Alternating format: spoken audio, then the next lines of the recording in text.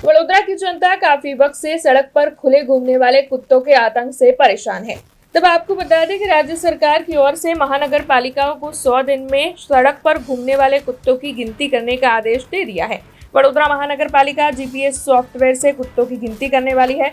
साल 2014 में भी जीपीएस सॉफ्टवेयर से कुत्तों की गिनती करने में वडोदरा महानगर पालिका पहली थी।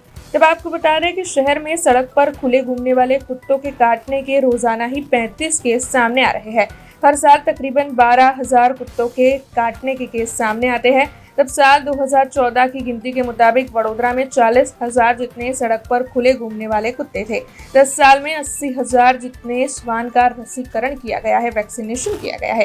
हालांकि सुप्रीम कोर्ट के आदेश के बाद पालिका प्रशासन एक्शन मोड में है। शहर में 4 जोन में डॉग शेल्टर होम बनाने का आयोजन चल रहा है। तब आपको बता दें कि राज्य सरकार के आदेश के बाद मार्केट शाखा की ओर से 4 जोन में डॉग शेल्टर होम बनाने के लिए जगह की मांग भी साझा की जा रही है। इस वक्त खटम्बा में कॉरपोरेशन का डॉग शेल्टर होम कार्यरत है। तब आपको बता दें कि खटम्बा शेल्टर होम में 150 जितने सड़क पर खुले घूमने वाले कुत्ते इस वक्त मौजूद हैं और वहां पर 350 डॉग की कैपेसिटी है।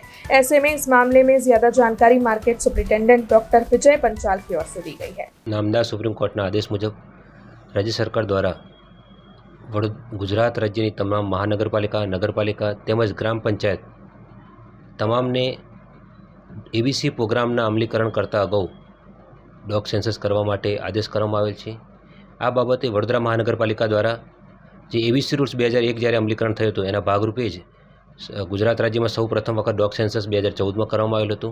એને ધ્યાને લઈ સાયન્ટિફિક વે 70% વધારે ખસીકરણ કરવામાં આવે તો ડોગનું જે પોપ્યુલેશન છે એક સ્ટેબલ બની શકે છે અને અસરકારક આપણે એબીસી પ્રોગ્રામને અમલીકરણ કરી શકીએ છીએ। આજે જ્યારે રાજ્ય સરકાર દ્વારા આ બાબતે ફરીથી પણ જે કોર્પોરેશને અગાઉ સેન્સસ કરેલું તેમ અને જે મહાનગરપાલિકા અથવા નગરપાલિકાએ જેને એક પણ વખત સેન્સસ ન કર્યું હોય તેઓને પણ ડોગ સેન્સસ કરવા માટે આદેશ કરવામાં આવેલો હોય। વડોદરા મહાનગરપાલિકા પણ ફરીથી ડોગ સેન્સસ બાબતે આગામી સમયમાં કાર્યવાહી કરવામાં આવશે। हमसे जुड़े रहने के लिए हमारे YouTube चैनल को सब्सक्राइब करें और नई वीडियो की नोटिफिकेशन के लिए बेल आइकॉन को दबाएं।